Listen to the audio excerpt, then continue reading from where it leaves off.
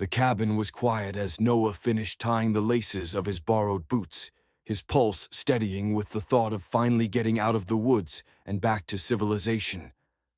Ethan had stepped outside a few minutes ago, saying he needed to grab a few more things from the shed near the tree line before they left.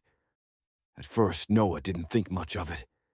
He could still hear birds chirping outside, the peaceful sounds of the forest filtering through the window. But then time dragged on, and Ethan hadn't returned. Frowning, Noah stood and paced toward the front door. He glanced out the small window, but there was no sign of Ethan, just the shed sitting quietly in the distance. He told himself not to overthink it. Maybe Ethan was sorting through supplies or had gotten sidetracked. But as another minute ticked by, unease crept into Noah's chest. What if something had happened? What if he was out there? Noah's breath quickened as the possibility clawed its way to the forefront of his mind. Finally, unable to wait any longer, he grabbed the wrench placed close to the door before stepped outside. The cold morning air bit at his skin, and the forest suddenly felt too still, the usual hum of nature replaced by an eerie silence. "Ethan?" he called softly, his voice barely louder than a whisper. He hated how small and scared it sounded, but he couldn't help it. There was no response. Swallowing hard, Noah crept toward the shed, his footsteps crunching lightly on the frosted ground.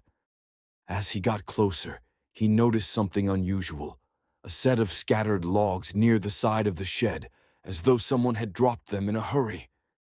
His stomach twisted. "Ethan," he tried again, his voice shaking now. And then he saw him. Ethan was lying on the ground behind the logs, face down and motionless. A sharp gasp escaped Noah's lips as he rushed forward, dropping to his knees beside him. "Ethan," he said, louder this time, his hands trembling as he gently shook the man's shoulder. Ethan didn't respond. His breathing was shallow, and there was a thin trickle of blood on the side of his head. Noah's mind raced, panic gripping him like a vice. What happened?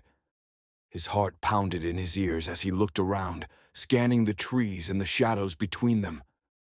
The forest was still eerily quiet, but Noah couldn't shake the feeling that they weren't alone. "He's here. He found me." The thought struck him like a lightning bolt, and he froze, his chest tightening with fear. He needed to do something, anything, but his body felt paralyzed. What could he do?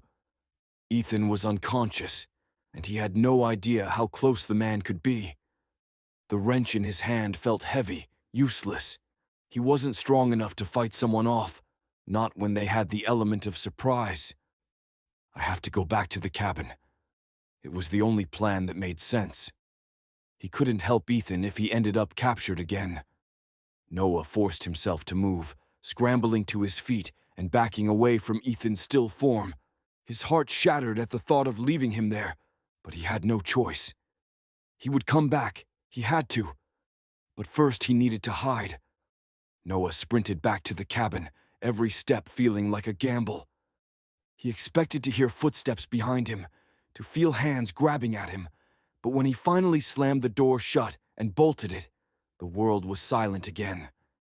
His chest heaved as he pressed his back against the door, gripping the wrench so tightly his knuckles turned white. He looked around the cabin, his eyes darting to the windows. He grabbed a chair and pushed it against the door, creating a makeshift barricade. Then he dropped to the floor, crawling to a spot behind the couch where he could crouch out of sight. Tears stung his eyes as he tried to quiet his breathing, his mind racing. What do I do? What do I do? He had no phone, no way to call for help, and now Ethan, his one lifeline, was unconscious and vulnerable outside. Noah pressed a hand over his mouth to stifle a sob. He didn't know how much time had passed since Ethan had gone out, but it was clear now that he wasn't safe. Noah's entire body tensed when he heard the faint sound of footsteps circling around the cabin. At first, he thought it might be Ethan waking up and coming back, but the heavy thud of boots, deliberate and slow, immediately set his nerves on fire. These steps weren't rushed or careless. They were calculated, like whoever was outside knew he was listening. He pressed his hand harder against his mouth to muffle the sound of his breathing, his heart slamming against his ribcage. Then, a sharp noise echoed through the cabin, the sound of the back door handle jiggling. Noah froze, his blood turning ice cold. No, no, no. The jiggling stopped, but then there was a soft, sinister tap against the door. A voice followed, low and familiar, chilling Noah to his core. "Sweetheart," the voice drawled. "Are you in there?" Noah clamped his eyes shut, bile rising in his throat. It was him, his captor. He'd found him. "I know you are," the man continued, his tone infuriatingly calm, like this was just a game to him. "Don't make me break this door down. You won't like what happens if I have to come find you." Noah's mind raced, his survival instincts screaming at him to move, to do something. He couldn't stay where he was. Behind the couch wasn't safe enough. If the man got in, he'd find him there in seconds. The door handle rattled again, harder this time. "Don't make this difficult, Princess. You know Daddy doesn't like when you disobey." A sob threatened to escape Noah's throat, but he swallowed it down, forcing himself to act. Slowly, silently, he crawled toward the hallway leading to the bedroom. He kept low to the ground, his movements careful, even as every instinct in his body screamed at him to run. The back door creaked. He didn't need to see it to know the man was getting inside. Noah slipped into the bedroom, shutting the door behind him as quietly as he could and turning the lock. He looked around wildly for a place to hide, his hands trembling so badly he nearly dropped the wrench he still clutched. The room was small, sparsely furnished, just a bed, a dresser, and a closet. The closet. It was his only option. Noah crept toward it, his breaths coming in shallow, panicked gasps. He opened the door and slid inside, pulling the door closed behind him and crouching low. Darkness surrounded him, the faint scent of cedar filling his nose. He tried to steady his breathing, but it was impossible with the adrenaline coursing through his veins. Footsteps echoed through the cabin now, heavy and unhurried. The man was inside. "Where are you hiding, sweetheart?" the captor called out, his voice echoing through the small space. "You've been very naughty, running away like that. But it's okay. I'll forgive you, once we're back where you belong." Noah pressed himself further into the corner of the closet, his grip on the wrench tightening until his fingers ached. The footsteps drew closer, moving toward the bedroom. "Don't make me mad, Princess," the man said, his tone shifting, a dark edge creeping into his voice. "You know I don't like it when you play games." The bedroom door handle rattled, and Noah's heart nearly stopped. The lock held, but it didn't seem to deter the man. There was a loud bang as he kicked the door, the force of it reverberating through the cabin. Noah squeezed his eyes shut, tears streaming down his face. He had nowhere to go, no way to call for help. He was trapped. The door splintered with a second kick, the sound of wood cracking like a gunshot. Noah bit down on his lip to keep from screaming, his entire body trembling as the door swung open. Footsteps entered the room, slow and deliberate. Come out, wherever you are," the man crooned, his voice sickeningly sweet. Noah stayed as still as possible, barely daring to breathe.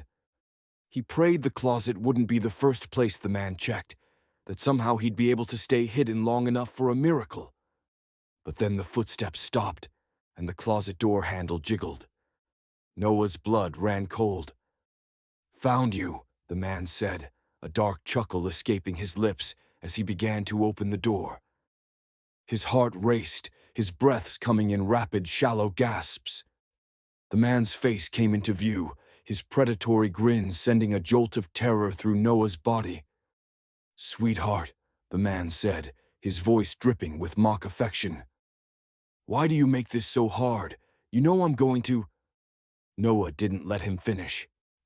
With all the strength he could muster, he swung the wrench low, aiming for the man's leg. The heavy metal connected with a sickening thud, and the man let out a sharp grunt of pain, stumbling backward.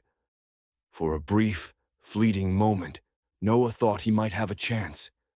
He scrambled out of the closet, wrench still in hand, his mind screaming at him to run. But before he could take more than a step, the man recovered. His hand shot out like a viper, grabbing Noah by the arm and yanking him back with brutal force. "Stupid boy," the man growled, his voice low and furious.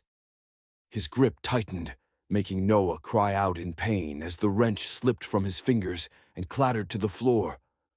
The man shoved him hard, sending him sprawling across the bedroom floor. Noah gasped as the impact knocked the wind out of him. He tried to push himself up, but the man was already there, towering over him like a storm cloud. His eyes burned with rage, but his grin was still there, a terrifying mixture of anger and sadistic delight. "Stay down," the man commanded, his voice cold and sharp. He grabbed Noah by the back of the neck, forcing him to his knees. Noah struggled, panic flooding every inch of his body, but the man's strength was overwhelming. "Look at me," the man said, his tone dangerous. When Noah hesitated, he grabbed his chin roughly, tilting his head up. "I said, look at me." Noah's tear-filled eyes met his captor's, his entire body trembling. The man's gaze was intense, his expression a twisted mask of control and malice. "You're going to learn, sweetheart," he said, his voice quieter now, but no less menacing. He leaned down, his face uncomfortably close to Noah's. "You don't get to fight me. You don't get to run. You're mine, and you'll do as you're told." Noah's chest heaved with silent sobs, his mind racing for a way out, a way to escape. But the man's grip on him was unrelenting, his presence suffocating. "You need a lesson," the man continued, his tone almost conversational, as though he were discussing something trivial. He straightened, letting go of Noah's chin, but keeping a firm hand on the back of his neck, holding him in place. "And I'm going to make sure you never forget it." Noah's heart sank as the man reached into his pocket, pulling out a length of rope. His hands trembled as he realized what was coming, but he forced himself to keep looking up, to meet the man's eyes as ordered, even though every instinct screamed at him to fight, to run, to do anything but submit. His captor smirked, clearly enjoying the fear etched across Noah's face.